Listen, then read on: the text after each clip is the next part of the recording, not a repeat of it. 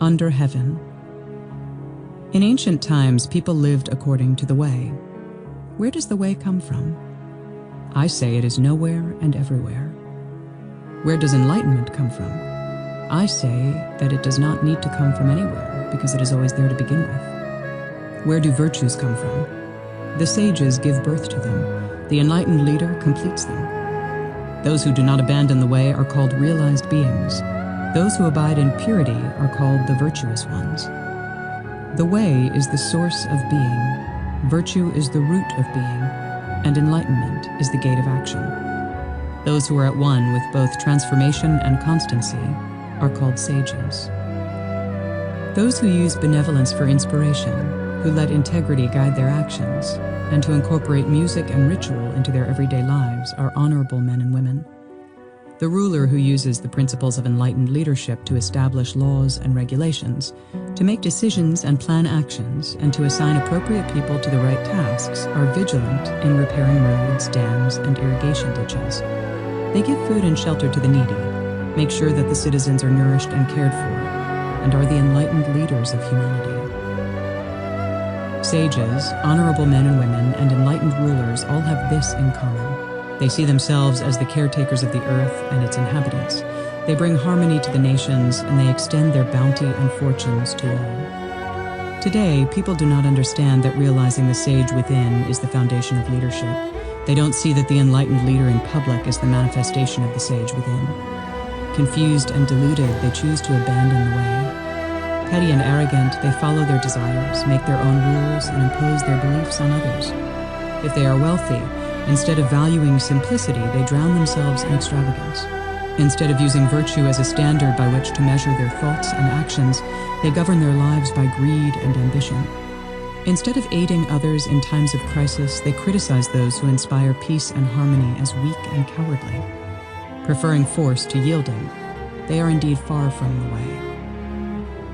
Not to be tempted into using vulgar means for the sake of convenience, not to show off their wealth, not to bring suffering and hardship to others, and not to curry favors from the crowds, but to seek peace and prosperity for the world, to ensure that no one goes hungry and destitute, to know contentment, and to be pure and honest in everything they did.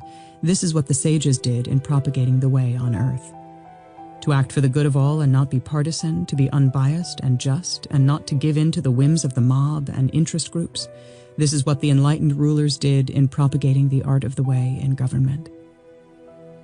Discarding flowery knowledge, doing away with the importance of self, not forcing your will on others, and not meddling with the natural course of things are the principles of the way. Don't be too serious and pedantic, but at the same time, don't be too cavalier. Take out the corners and file down the rough edges so that you can tumble and turn with the 10,000 things.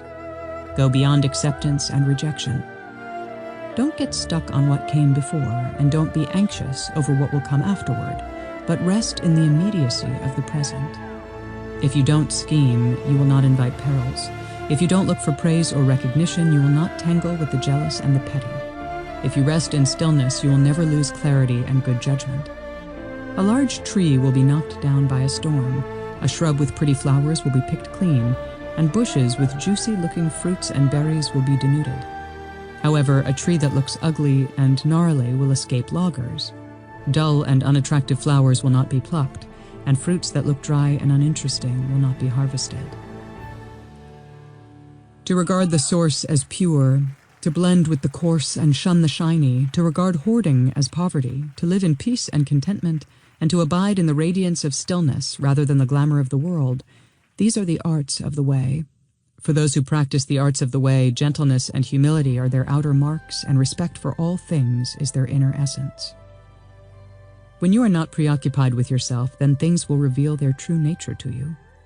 Let your movement be as fluid as water, your stillness be like that of a mirror. Lao Tzu said, "Know the male, but never let go of the female. Become the gully and not the ridge. Know purity, but do not abandon practicality. Strive for the valley and not the peak. When others push their way to the front, stay at the rear. When others lag behind, go forward. Where others hoard, embrace that which is empty. Where others tire their bodies and minds for achievement and profit, be easygoing and leisurely. Use profundity as your root and simplicity as your guide. If you are too brittle, you'll be broken. If you are too sharp, you'll be blunted. Always be generous and accommodating. Inflict no pain on others. Keep yourself from being twisted by trends and fashions. Trendy clothes are discarded when they lose their glamour. Fashionable ideas will be replaced when they no longer attract interest. The way, however, stays around because it is timeless. Jiangzi expounded the way in an odd and outrageous manner. But then he himself was an oddball. He expressed the teachings of the way as unadorned, free of bias, fresh and incisive. He was not afraid to be nonpartisan. He never curried favor from the authorities or the crowds. He simply came and went with the pure spirit of heaven and earth. Although his words were sharp and wild, they never caused harm. Strange and unorthodox, his manner of teaching was never arrogant and derogatory. Above, Jiangzi wandered freely in the embrace of the source. Below, he befriended those who knew no beginning and no end.